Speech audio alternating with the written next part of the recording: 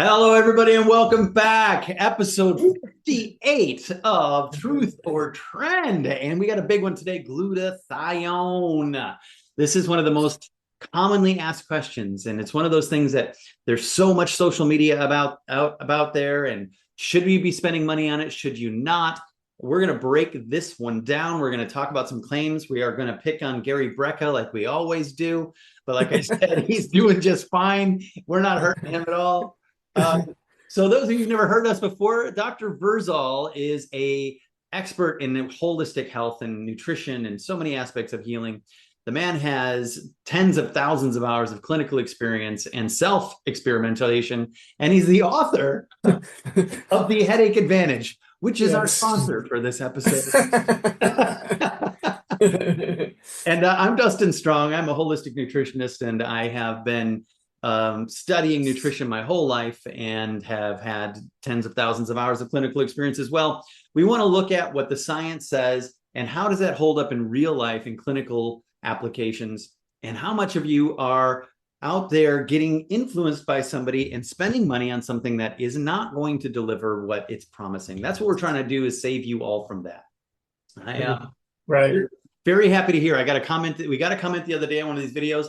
Somebody said, hey, I was just about to click and buy this product. It was $125. And then I watched your video and it saved me the money. And I was like, yes, that's what we're here for. Now, we don't always save everybody from that, as evidenced on today's episode. Hold me under the bus. There's a value to this. There's a value to this, because this is what happens is people listen to something and there's some authority expressed in the video, and it's somebody who calls himself a human biologist, and they were on the Joe Rogan podcast, and so they click that button and then they spend that money, and it gets delivered to our homes. And then you and I test it, and sometimes it doesn't test so good, does it? For all too common. Yeah. And so we're going to kind of figure out why. But let me show you the video that inspired this. And so many times I get people sending me videos and sending me information saying, can you help us out? And we're going to share real quick what we're talking about. This is Gary Brecka. Now, again, I don't mean to pick on Gary. I really think he has done a lot of good things in bringing awareness to nutrition. But he makes some claims, and I'm going to speed it up so that we're not listening to it for the full minute here, about what he says about glutathione. Years, Rogue Nutrition created a liposomal formula that actually works orally. It mimics your cell membrane.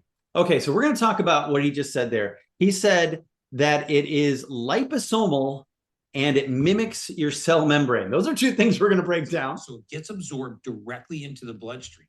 And their formula delivers 20 times higher absorption than standard glutathione. In human studies, we're going to break that down to 20 times more. It lowered mercury levels by 39%. And it reduced liver toxicity in 30 days. Glutathione is one of the most important molecules for your health, period. It's known as the master antioxidant because it binds to toxins, heavy metals, and all kinds of harmful chemicals. Remember, glutathione resides in every single cell in your body, and it helps your body eliminate these toxins. I take it orally, 1 teaspoon a day, and I feel sharper, clearer, and cleaner. Like the toxic burden has somehow just been lifted. Try it risk-free with the code ULTIMATE50. So he gives you his code, of course, because that's important. You want to make sure that you're getting it from him after he gave the sales pitch there, because he feels sharper and clearer because of it, Dr. V. And that's clear scientific evidence that he knows that that's the causal agent. Right. Again, I am going to pick on him a little bit here today. Yeah, we have fun, and there is some value to. All right, you mean you already threw me under the bus? This is in my cabinet. Yes, it's still full. Now you didn't order that, but you have it now to test it, and you've been able to test it against people, which is valuable, because we don't want to just say, "Oh yeah, that's nonsense." You know, it doesn't make sense as it's not going to as we break it down. But we want to have real world testing on it so we can see whether or not it's placebo happening. What he's doing work to at least to the extent that it influenced somebody in my house to purchase it. Happened to us all. It happens to us all.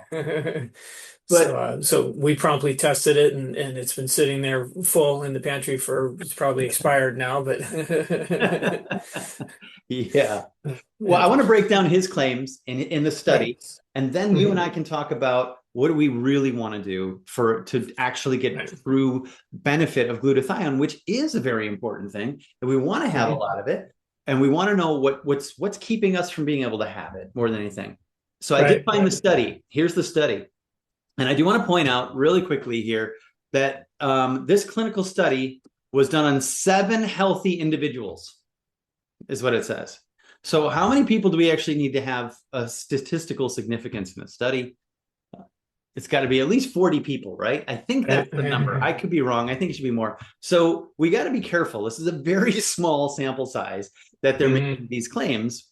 And in these 7 people, what they did is they looked at their bilirubin, they looked at some creatinine, and what they found was they said that there were blood mercury levels decreased an average of 39% over 30 days of supplementation in these 7 people. Okay, so that's a good starting point, and that's encouraging to think, okay, well, glutathione is important for helping us get rid of mercury, right? That's something that you and I will talk about quite a bit. But we have to really study the studies, right, before we start jumping in and saying, hey, 39% and 20 times greater and all of that, right? We're looking at the fact that they were only studying 7 people. So we have to be cautious when people are making these bold claims as to how that would actually hold up in the real world overall. Now, I think that glutathione is something, obviously we know that glutathione is something that we need, but let's start with this liposomal piece, right? When people say, oh, it's liposomal, like they think that elevates it to a level that they're so much smarter than anybody else that they're taking a liposomal version. Such a great big word. Right. Like, what does it actually mean? Okay. Right. I mean, when you hear that, what is your first thought? Well, backing up a little bit, I mean, why should it be liposomal? Why should they try to protect it, really? So, and glutathione has been known as the master antioxidant, critical for detoxification, for health and immune function, and so on, for a very long time. But taking it orally didn't work because they probably get broken down to cysteine and glutamine and glycine. So, I mean, the stomach's job, that hydrochloric acid, is to break it down into those amino acids so that the body, wisdom of the body, can put it into, organize it in the way that it needs ultimately. And so taking glutathione as a supplement is ineffective. It's not going to raise glutathione levels. So taking a product, so part of their protocol, right, was to liposomal means put it, surround it in a fat molecule. Right. I appreciate what they're trying to do with with that approach. I mean, early on when I first started getting exposed to this, one of the companies we still use was a topical application. That way it doesn't go through the stomach, doesn't go through this process. That was their initial offering in handling glutathione. Then kind of the better way is to look at the nutrients to help the body reduce. Ultimately, what we're talking about is the glutathione reduction is where that antioxidant, the detoxification takes place. Like Detox calls it the bulletproof vest of the immune system, because it's kind of the first reactor to detoxify some of this stuff. And there's value to that, but really we want to look at the amino acids. We want to look at the zinc, the selenium, the vitamin C, the NAC, all the building blocks to help us reduce that glutathione ultimately, so we have the value, the benefit of it. So I mean, that's kind of the before we even talk about liposomal. I mean, there's good, and it sounds very intriguing, obviously. I showed you the product, made it into my cabinet. Well, I love that you let us back it up a little bit, because whenever I want to make sure that I'm remembering things and reviewing my notes, and that's why I love this recording that we get to do, because there's so many things that we learn and then we have to review them to relearn them. I go back to my notes from this awesome lecture I went to in 2018 called "The Finding Hope in an Autoimmune World." Okay, I have you. This is by Dr. Verzal when you came into office. And you've got a whole page on here on glutathione, right? So I always pull this out, and this, I should have had you brought your own slides out, but you're talking about here exactly what you're saying, right? It's made from cysteine, glutamate, and glycine. That's so cool. Glutamine. I'm sorry, glutamine and glycine. Oh, the Mhm. notes need to be corrected. It says glutamates. I Oh, just read it all right. right. 2018. We missed that one. But cofactors, magnesium, potassium, PTH, right? Which stands for what? Parathyroid hormone, right? Parathyroid hormone. Yeah, so we need Mhm. parathyroid function. Other cofactors are for just the cysteine and glycine formation are B2, folate, B3, B6, B12. This always brings us back to, right? Whatever this, if there's a need for the glutathione, there's a revelation of the micronutrients that we're missing to help your body make it, right? We say that often. Mhm. Mhm. Um, Mhm. and you also had here when glutathione's low, there is a higher probability, I believe, of Alzheimer's, is what you're saying here. Sure. Uh-huh. Yeah. And you have Oxidative stress. uh-huh. And you have a glutathione conjugation muscle testing point that we can get into as well. Yes. But I'm going to tell you one of the notes I wrote when I was at your seminar here, snoring may be a glycine deficiency. I thought Yes. that's a pearl worth dropping out here again, right? Good to share. A lot of Yeah. people Yeah. out Yeah. there snoring. Yeah, we can get into the mechanism of that. So the glycine helps relax the soft palate. So open the airway when we sleep and when the head's extended like that. So a deficiency leaves that too tense and triggers the snoring. Hmm. There it is. See, nice Hmm. and easy. And where do we get Right. lysine from? Food, Protein, protein. protein, protein. Yeah. Yeah. Yeah. Well, Yeah. and then as you were describing, this is another page that I probably turned to 100 times in the last 6 years since I took I'm this honored. course. Thank you. Oh yeah. Well, this is the liver pathways, right? Yeah. And in here, you It's, talk about the things that inhibit that pathway and the things that facilitate that pathway. And I think that's super mhm. important for people to know that glutathione conjugation can be inhibited by a bunch of things. So instead of just Yes. trying to take this liposomal drink and feel like that's the issue, maybe you should also look at your trans fat intake, right? Or Mhm. what else Mhm. do you have here inhibiting it? Your histidine, your alcohol, petroleum distillation, and toxic metals. All of those Mhm. are going to mess Mhm. up your Mhm. body's ability to conjugate glutathione.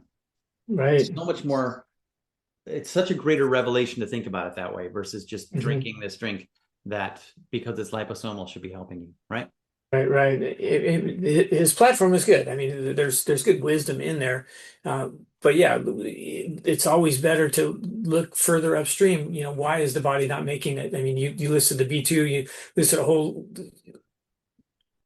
list of very relevant nutrients. Mm-hmm. Any one of those, a deficiency of any one of those can cause a glutathione Right. deficiency.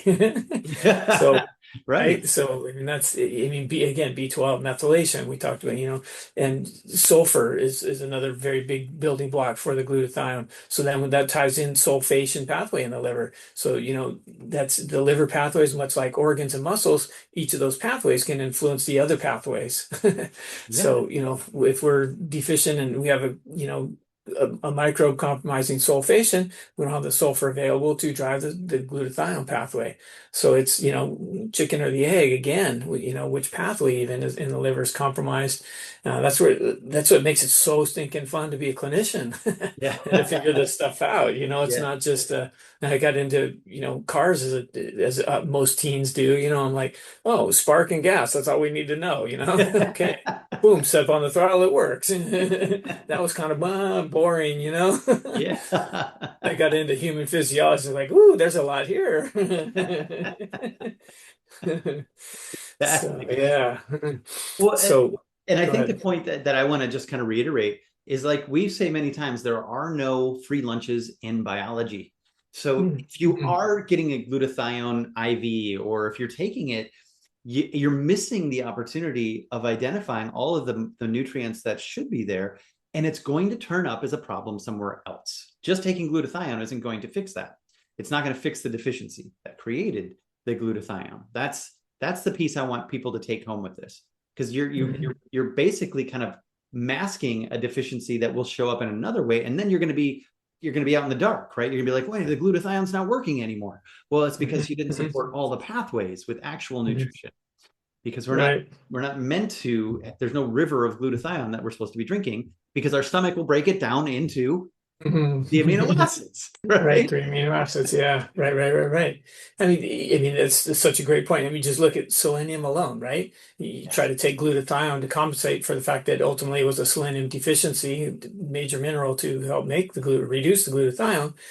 that selenium deficiency is going to show up in testosterone, detoxification, thyroid, the thyroid hormone conversion. Selenium is very prevalent in converting T4 to T3 to get energy. So you got all these other downstream issues that would be related to selenium deficiency, where somebody might be taking a row product to compensate, right? Right. Well, let's talk about the rest of those things, because on your pathway chart here, which I love, by the way, great Thank you. graphic, the facilitators for the glutathione conjugation are going to include selenium, but also zinc, copper, magnesium, B12, folic acid or folate, B6, riboflavin, glutamine, and you say reduce P450 in there as well.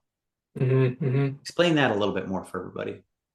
So P450 is first phase of detoxification. So now we've got, three very related pathways that any one by itself could be a problem. So P450 is that first phase of detoxification where we oxidize nutrients or make them water soluble for then the phase 2 pathways to detoxify. That's again glutathione and sulfation, methylation that we've already mentioned. And so if that pathway is not working properly, the rest of them get compromised. Or conversely, if P450 is overrunning, then we're creating these free radicals that aren't quite then going through with something like glutathione conjugation, and that's malignant cancer in the making. So balance is everything, right? Ultimately, so that P450 pathway, and it's very antioxidant, is very free radical scavenger dependent. So same thing, if we're deficient in things like zinc and copper, iron are all minerals also that help that P450 pathway. So if we're deficient in again, selenium or zinc, then multiple areas are going to show these deficiencies and create problems.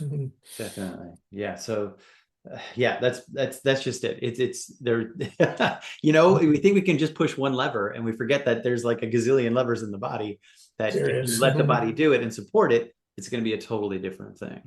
I mean, B2 is another good example of that cyclical cycle there. Yeast overgrowth causes a B2 or riboflavin deficiency. So, they could have yeast overgrowth that's going to lead to brain fog and all these other, and leaky gut, all these other symptoms that causes riboflavin deficiency. And then they're going to end up with glutathione problems. And then the immune system's compromised and round the cycle goes. So, I mean, clinicians, that's again, the wonderful challenge that makes it so exciting to get to the Holy Grail, get to the keystone deficiency. That's what makes it so exciting and good. I mean, it'd be easy to just throw, as a lot of presenters even do, here's a protocol for this reflex and a protocol for this and protocol for this. Are you really getting to the core issue if you're approaching it that way? Yeah. Definitely. Exactly. You've got to do a little more digging and receive the information from the body, right? That's why you say your new talk is going to be called what? Pain is your best friend. Right? Yeah. Because it's teaching you, right? It's giving you the hint that something bad is coming if we don't figure out why this pain is happening now, right? And that's what we're here to do. Indeed. All right. So back to picking on Gary, right? So you can't let that go. Well, anytime anybody tells you something that is liposomal, like you said, in theory, that is a good idea, because we do want to be able to have it get past the acid and the bile and all the enzymes and the mucus and all of that, so that you can get some delivery. But even the liposomal part, you do need to have that broken down for your body to use it in some degree, right? So I can see why they are showing sometimes that you are getting a greater delivery with that. But anytime somebody tells you that, that means that you're trying to get bypass nature, right? You're missing something if you have to take a liposomal form of anything, because that's not unless it's that way in nature. You're trying to be smarter than Mother Nature, and that never works out well for people. Right. But excuse me, we talked about vitamin C being necessary to reduce the glutathione. That's the other one that's very popular, right? Is that liposomal C. Yeah. Again, where's that found in nature? Not. Yeah, exactly. And so that's another one that I see a lot of patients bring in their little packets of liposomal vitamin C, and I have yet to see it test well, unfortunately. Yes, C is profoundly necessary. I mean, we talk about EFAs, though. I mean, liposomal means fat, the cell bilays. cellular bilayer is fats, and that's what helps.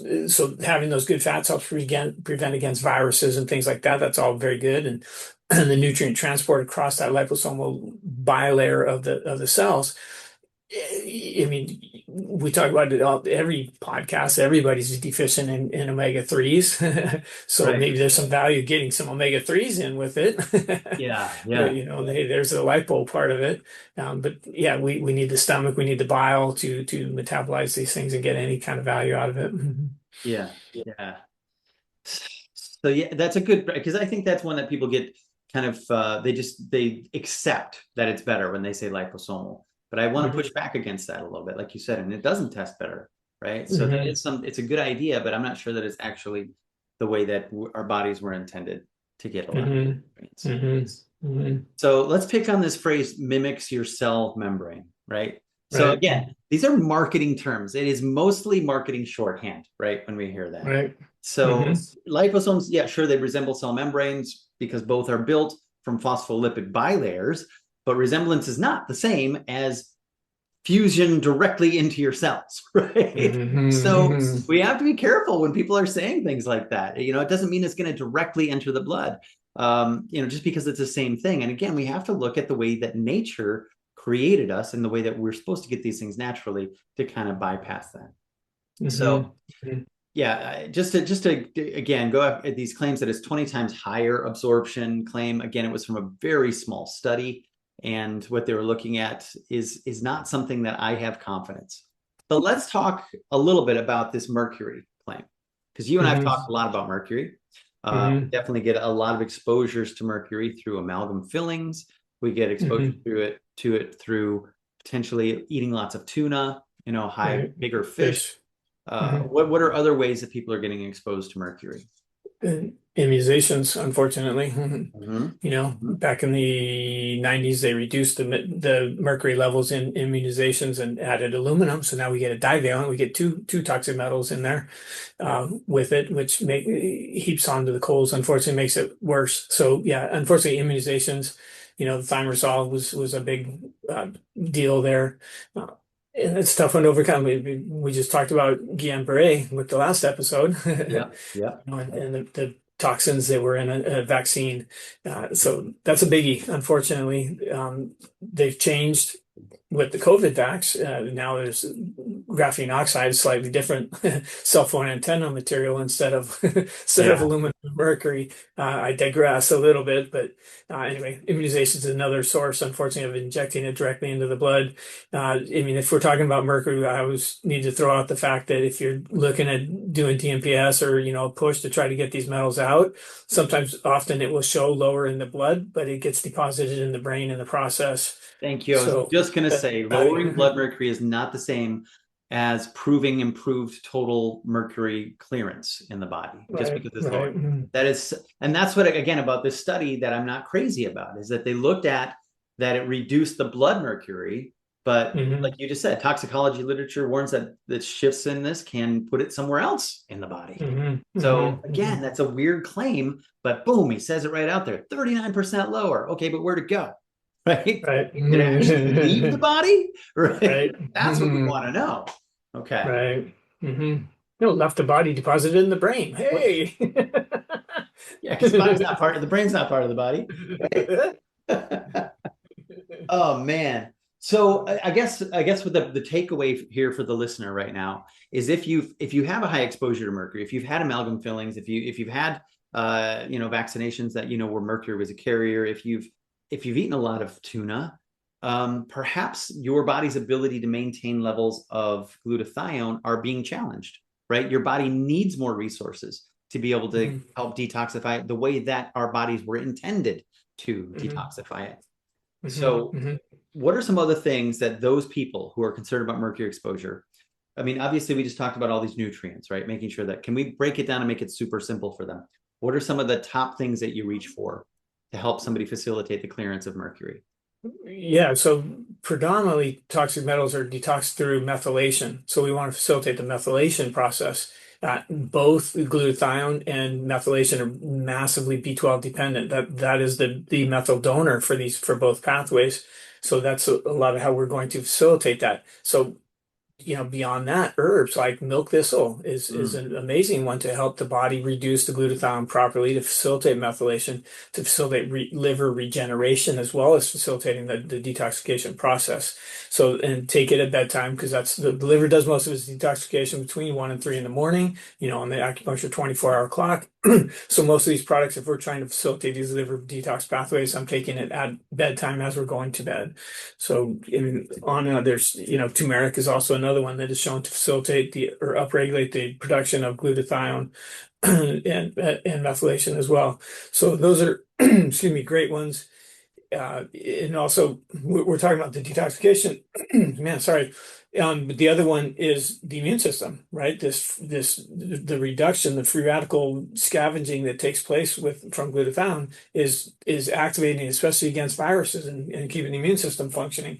So that's why some presenters call it the bulletproof vest of the immune system, because it helps detoxify, which reduces the burden on the immune system.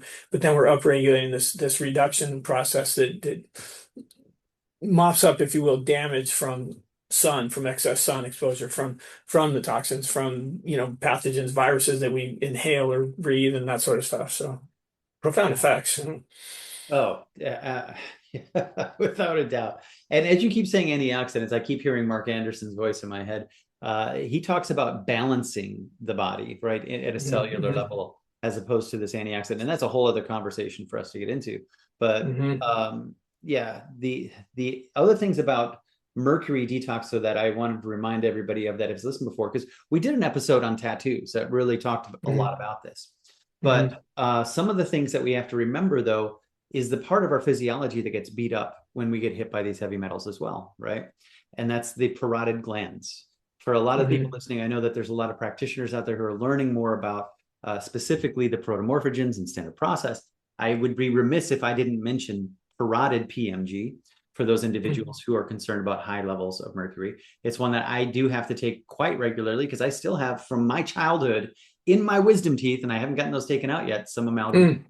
So I have this constant challenge, right? So I need to support all of these things to make sure that my glutathione is good, but also finding ways to keep detoxifying that. Now, interesting that you said this about, and I know we've talked about this before, how it can sequester in the brain. And one of the things that we found is that you can pull metals out. You talk about chelation, milk thistle, garlic can be helpful for that, things like that. But pushing it out with certain minerals is also very important. So can you talk about that a little bit? Yeah, so a lot of toxic effects of toxic metals is they're binding where minerals should be, right? They have a similar divalence, if you will, or similar charge. So they tend to bind up where mercury binds up where lithium or molybdenum or selenium should be. And so then it compromises the proper physiology, proper functioning of the body. So a lot of the process, the protocol I would use to get, say, mercury out of the brain, if you would, is look at minerals like lithium. That's a lot of potentially why dentists had such a high suicide rate back when mercury was so prevalent in dental work, is the mercury would cause low serotonin. They get depressed, and the study I saw 20 years ago was that they're depressed because they're causing inflicting pain on people all the time.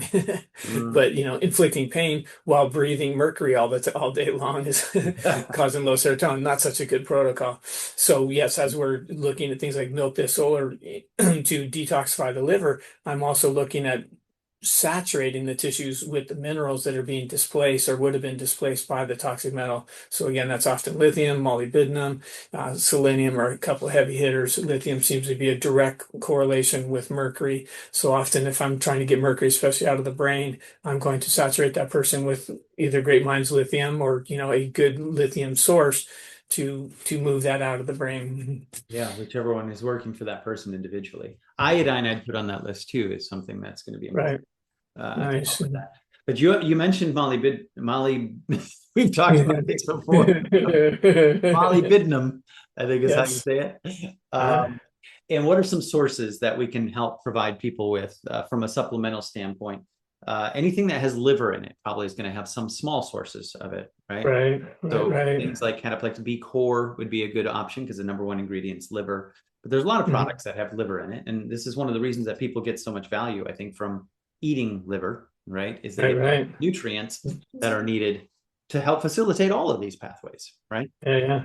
And does trace minerals B12 have molybdenum? I imagine, but I don't know that's called out. Yeah, I don't think it's called out. I don't think it's actually put on the label. I think that's going to be the future, is getting a little more assessment in all these products of things like boron, molybdenum, and lithium. I think, hopefully, I think that there is a future, but right now we don't have that information directly on the label, unfortunately. Yeah. Right. Good stuff. Molybdenum does help. Seems to help sleep as well. That's another time I have people taking that because it does facilitate many liver detox pathways. And so it will facilitate sleep nicely, especially in the conversion of glutamate to GABA to shut the brain off and go to sleep at night. That's one that's not talked about nearly enough, right, in those levels. Right. For sure. Right. Okay. So I think we're done picking on Gary. I think we got there, right? Sorry, Gary. You had some good information. Thank you for sharing. Yes. But when we're presenting in data, though, we need to be a little more transparent, right?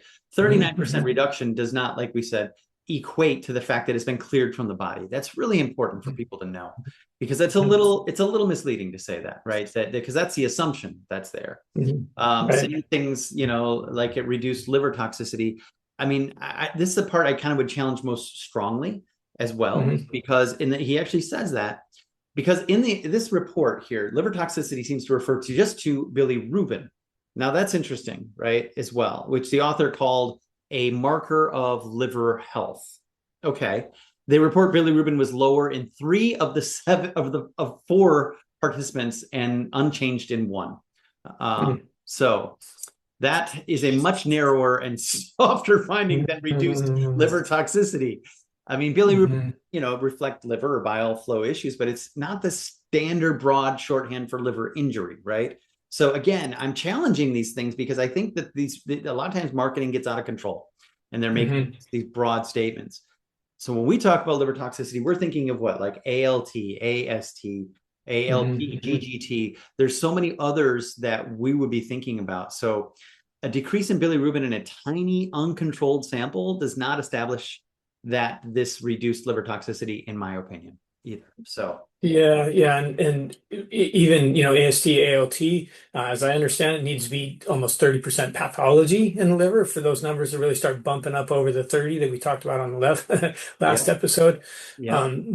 So I mean, there's much better, and that's really how I came up with the detox pathways that I was able to identify, muscle testing wise on the liver, is using challenge substances that some of the other more creative labs have created, where they would, back in the early days, they'd feed a person caffeine and stimulants and aspirin, and then they'd measure the clearance. And so that was a way of detoxifying or measuring true detoxification. They'd measure urinary clearance and so on of these toxins to see how fast it gets through the system to quantify it. So I use those challenge substances to figure out, reflexes for glutathione, for methylation, for sulfation, P450, and so on. And it's played out. I mean, that was 20 years ago that I started more than that, probably 25 years ago that I started dabbling with that. And it's played out. It's been confirmed, day after day. It makes it very convenient. But all that to say, calling AST, ALT a measure of detoxification is not a very sensitive marker to really be looking at that. No, I totally agree.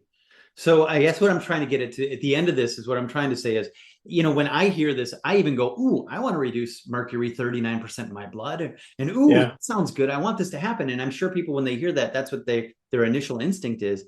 But what I want to say is let's hit the brakes a little bit here and really think about whether or not this is actually delivering what he's saying is delivering. I'm personally not going to invest in this because all the things that we just talked about, it does not look like. I have some you can have. Yeah.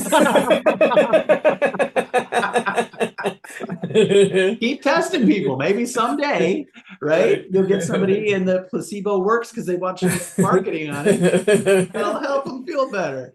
But let's build a protocol for the doctors out there listening about how will we address a mercury toxicity or a low glutathione situation. What are some of the things we're going to build first?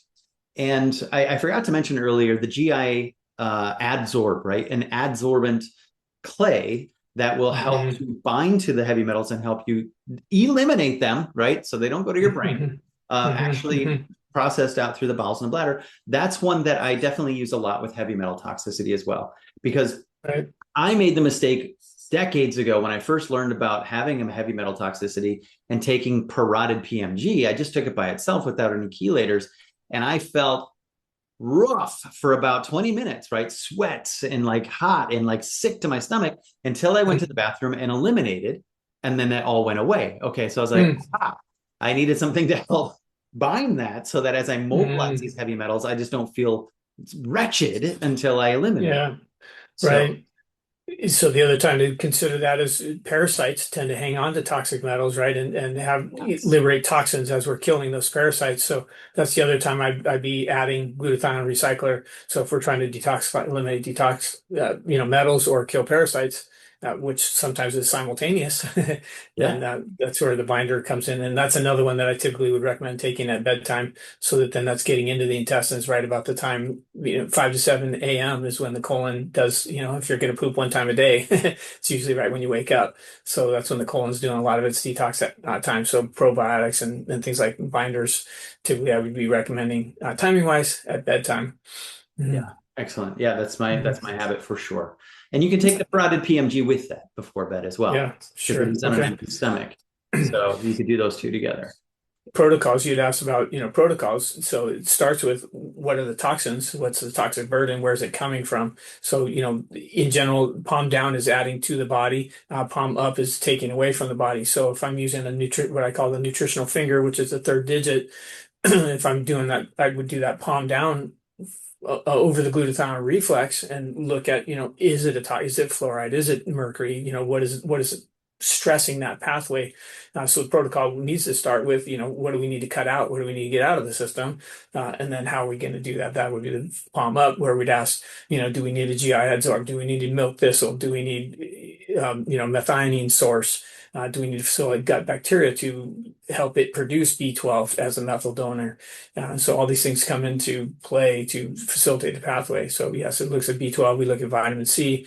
We look at antioxidants to help facilitate the production of the reduction of glutathione.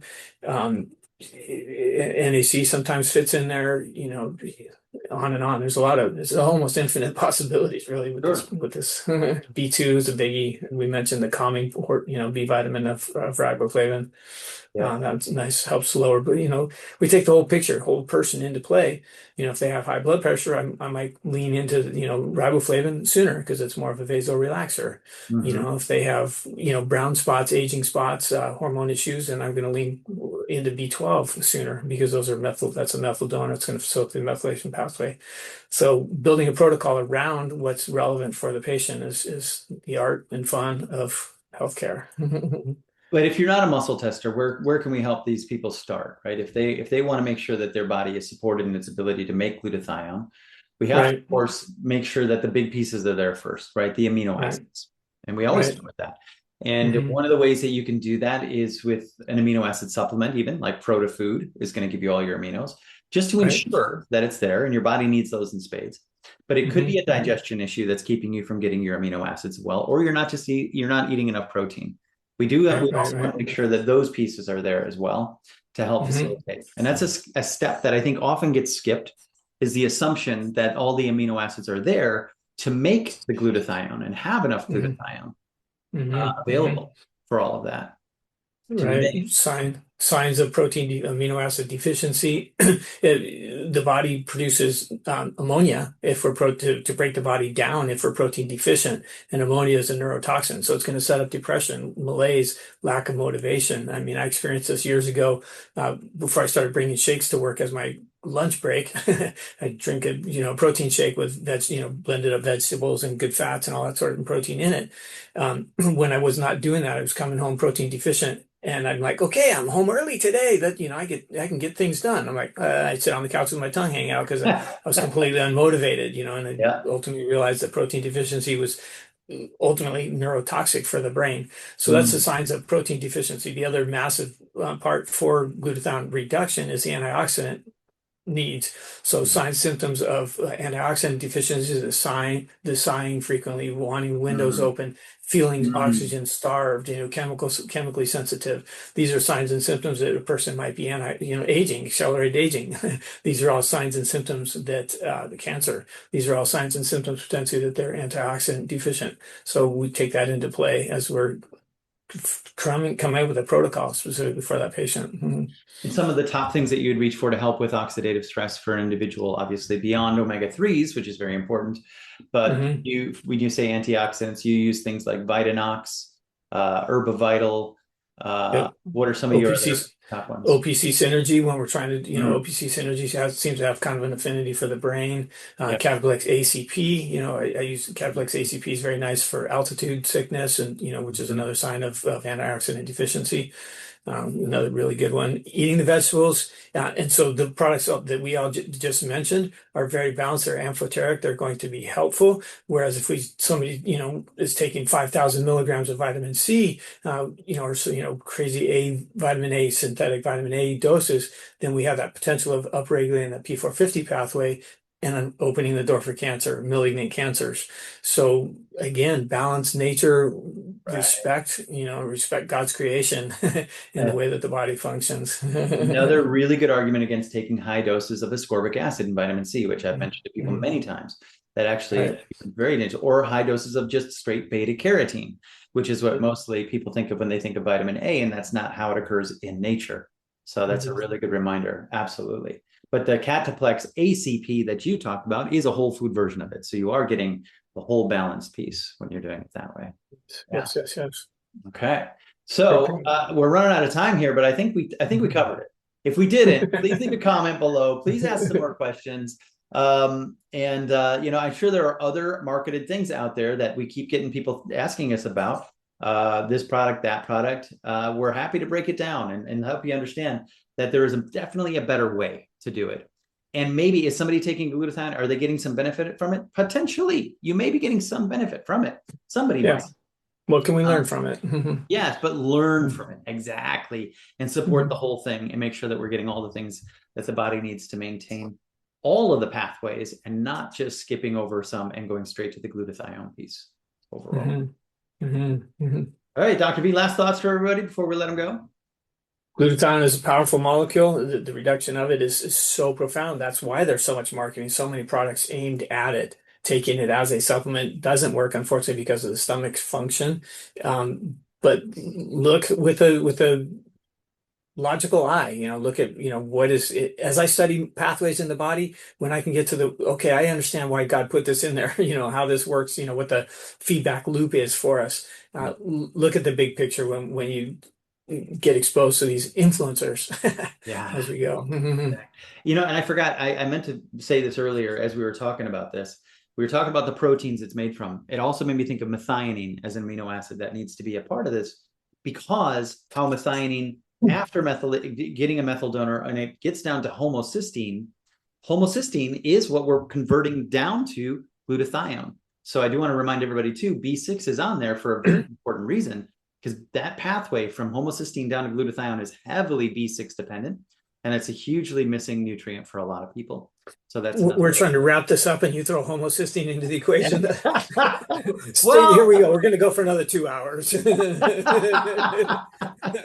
wrapping it up. Well, The teaser. I feel remiss if I didn't remind people of that because some people don't muscle test and they look at blood work. So that's I'm just thinking high homocysteine could be a signal that you're not getting it converted down to glutathione, which could be many of these things, but I usually think of vitamin B6 is the first thing I think about for that. Good call. Yep. All right. And folic acid, folate. Yes. Yes. Absolutely. Okay. So I think we're going to wrap it up there. You want to Thank drop you another all. truth bomb as well? This episode has been brought to you, by the way, by Dr. Verzal's book, The Headache Advantage, and Great Minds Lithium. So thank you all for paying attention, sticking in there. Please share this information with other people. Make sure that you're helping yourself and your friends be protected from some wild claims.